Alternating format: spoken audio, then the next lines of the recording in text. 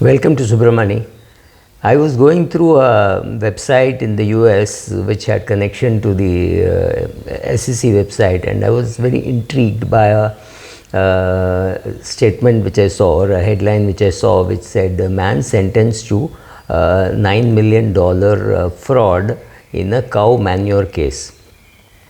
The case details are that one man was trying to, was very nicely, he had convinced people that he is going to convert this cow manure into electricity or energy, and he was to give people good returns. In fact, very funny, he said 66% of the profits will be given to you. I'm sure 90% of the people who invested thought it was 66% annualized return or something like that, right? So you throw a number and you say return and things like that, and people assume, oh, I'm going to get 66% return. Obviously, he was doing nothing about it. He had not set up any factory, any plants or anything, but a lot of fake and forged documents, high sounding words, typically how fraud happens, right? So let me give you some details of the case. Most of the Ponzi schemes are run by finance professionals. Like they collect money. They have a scheme by which they have MLM or things like that, multi-level marketing. Or like Madoff, they say, okay, you will get 11% steady return or things like that, and people collect money. Of course, there are other frauds who say we are going to manufacture this, and they don't, and they get private investors to put money. Believe me, if you are investing in a private company, unless you are very sure about the person to whom you are giving money, you know the person for 20-25 years, your friend's son or your son's friend or your daughter's friend, or something like that, where you're saying, I think this kid is good, he's got good academics, I know this kid for a long time, he plays good games, sports, he's done some community service, and therefore to help him start up, I'm giving him 10 lakhs or 20 lakhs, which I can afford to write off. That is called angel investing, where you don't do too much of due diligence, right? You do just say, okay, this kid is good, so I'll do it. And of course, when you do this only when you have 20 lakhs to spare, right? You don't do it when you have only 50 lakhs, you don't give away 20 lakhs, right? You don't give away anything. So this is a game played by the real rich. Don't go and fall for such schemes. So what this person was doing was, he said, I like the statement which he said, he told the investors that they would receive 2/3 of the profits as well as the tax incentives. I have no clue, these are tax incentives in the US. I don't know whether there are tax incentives in India for converting cow dung into electricity or energy. This is absolutely what I would have called a bullshit venture, right? But that is exactly how he raised money.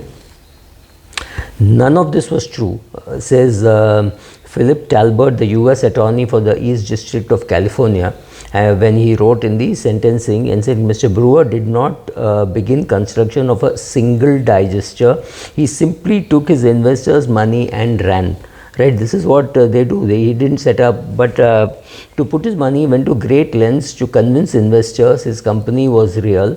In the official release, according to the sentencing, said that he took investors on tours of dairies, and he said he was going to build the digesters and sent them forged lease agreements with the dairy owners. He also sent investors altered agreements with banks, which made it appear like he had obtained millions of dollars in loans to build the digesters. Moreover, he sent the investors forged contracts with multinational companies that made it appear that he had secured revenue streams. Finally, he sent the investors fake pictures of the digesters under construction. Will you ever be able to spot so much of fake? The answer is no, you will not be. But you don't have to be able to spot all the fake. You will be able to spot some of the fake, right? You will be able to talk to some dairy owners and find out how he is even being allowed to come there. Some due diligence you have to do if you are a private equity investor. I'm not talking of a private equity investor going and putting money in this directly. Do you have an agent in between? Do you have some investment consultant? Do you have somebody who is an investment investment banker? No, the answer was no. And he was obviously asking for check in his name. That is exactly what a guy does, right? So if I want to defraud you, the check would come in my name.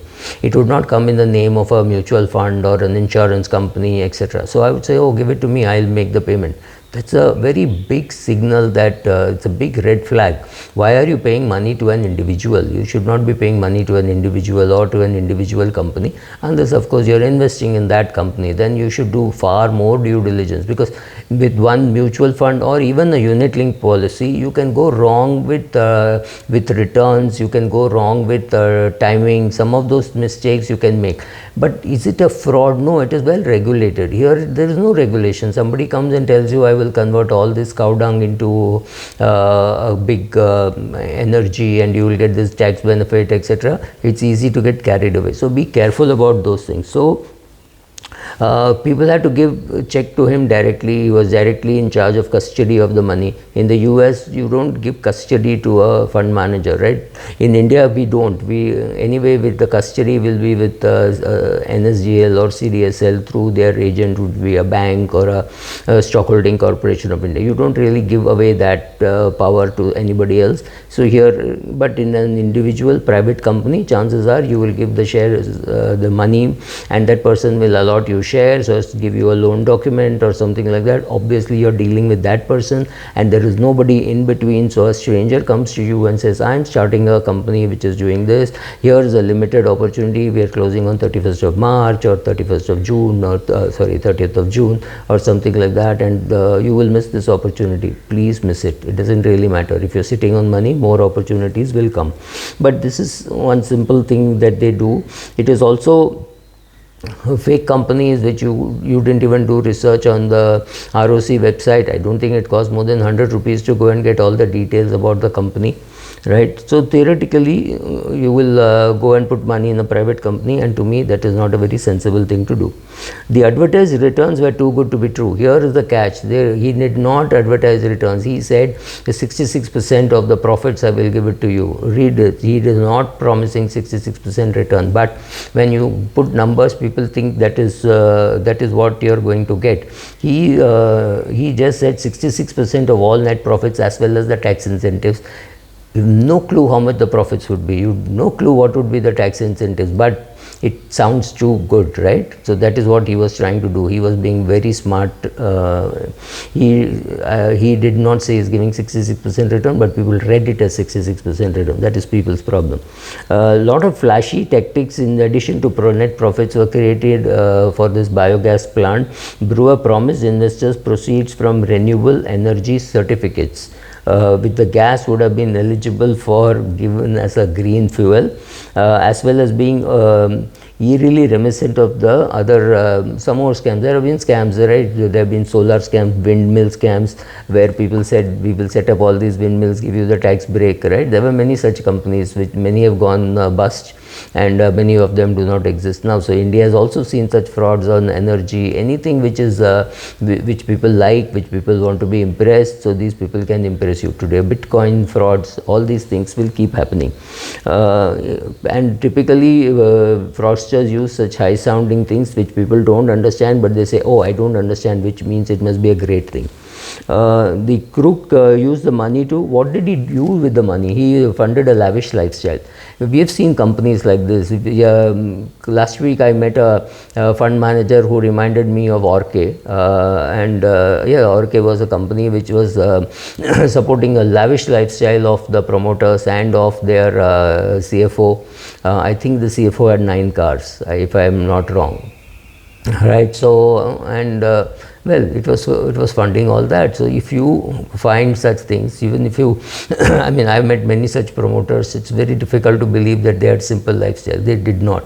And then when they were taking money from you, they were just funding their lifestyle. So as long as they didn't get caught, it was okay, because you thought, oh, the promoters are still doing something, they are going to set up, etc., etc. Well, nothing really happened. He had acquired, what this promoter had done was, the brewer spent the money on 2 plots of land and a 3,700 square foot custom home. 3,700 square foot is not really big by American standards, but well, he had built it. The fancy property as well as high profile, some racing sponsorships, etc. And the funny thing is, these kind of things keep happening.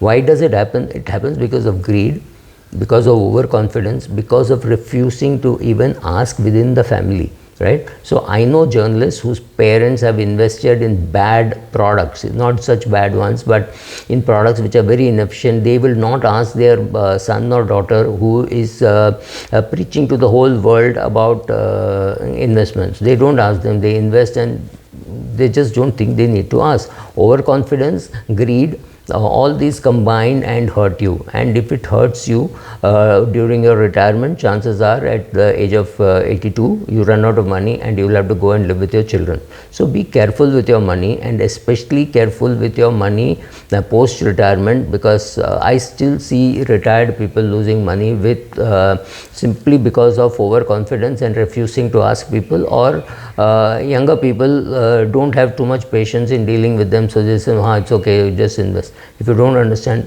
don't invest. That is one lesson you have to carry from every Ponzi scheme, whether it is cow dung or bullshit.